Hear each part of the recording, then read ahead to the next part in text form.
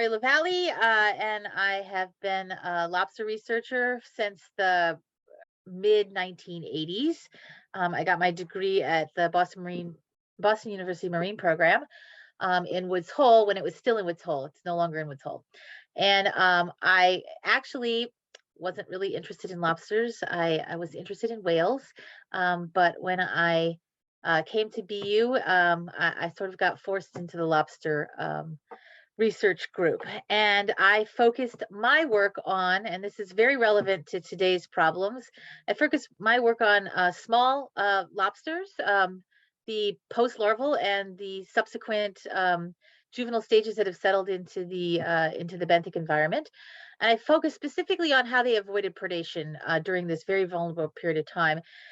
One, I looked at the types of habitats that were best suited for these lobsters to avoid being eaten by crabs and fishes. And secondly, I looked at how they could feed in um, a very careful way to avoid having to go out and forage and expose themselves to these predators. And that's the relevant part for today because others are now going back and looking at that kind of work to find out if food limitation is causing problems in lobster populations. Sure. So actually, it's kind of an interesting story because if you really look at the history of lobster, the really long, broad history of lobster, it was considered a rich people's food in the Roman era, and it appears in many lobster appears in many mosaics.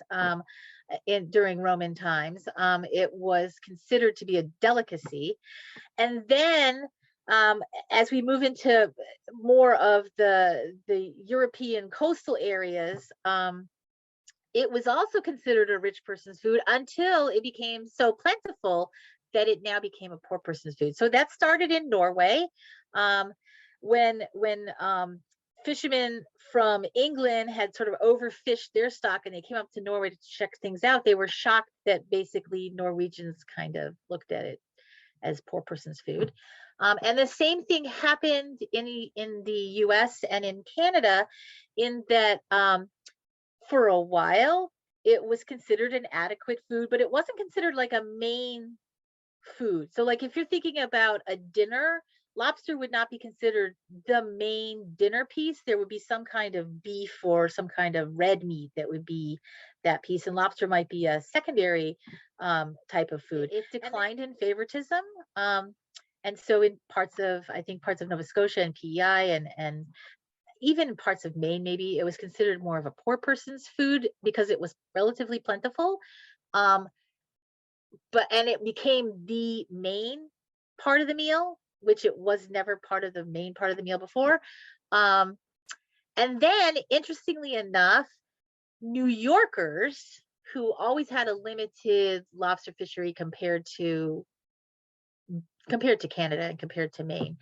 New Yorkers who were wealthy and who bought these big cottages in Maine or along the coast, from northern Massachusetts all the way up to Maine, they repopulized lobster. They would leave their New York estates and they would come to Maine, or they would come to like Gloucester or Newburyport or wherever up in up in Massachusetts, and they wanted lobster, and so they repopularized it as a more of a rich person's food. So lobster has had this really interesting history where it's gone through these periods where it was considered to be a wealthy man's food, then it was considered to be a poor person's food, and then it was considered again to be a wealthy person's food. So, so it's kind of a cool history, actually.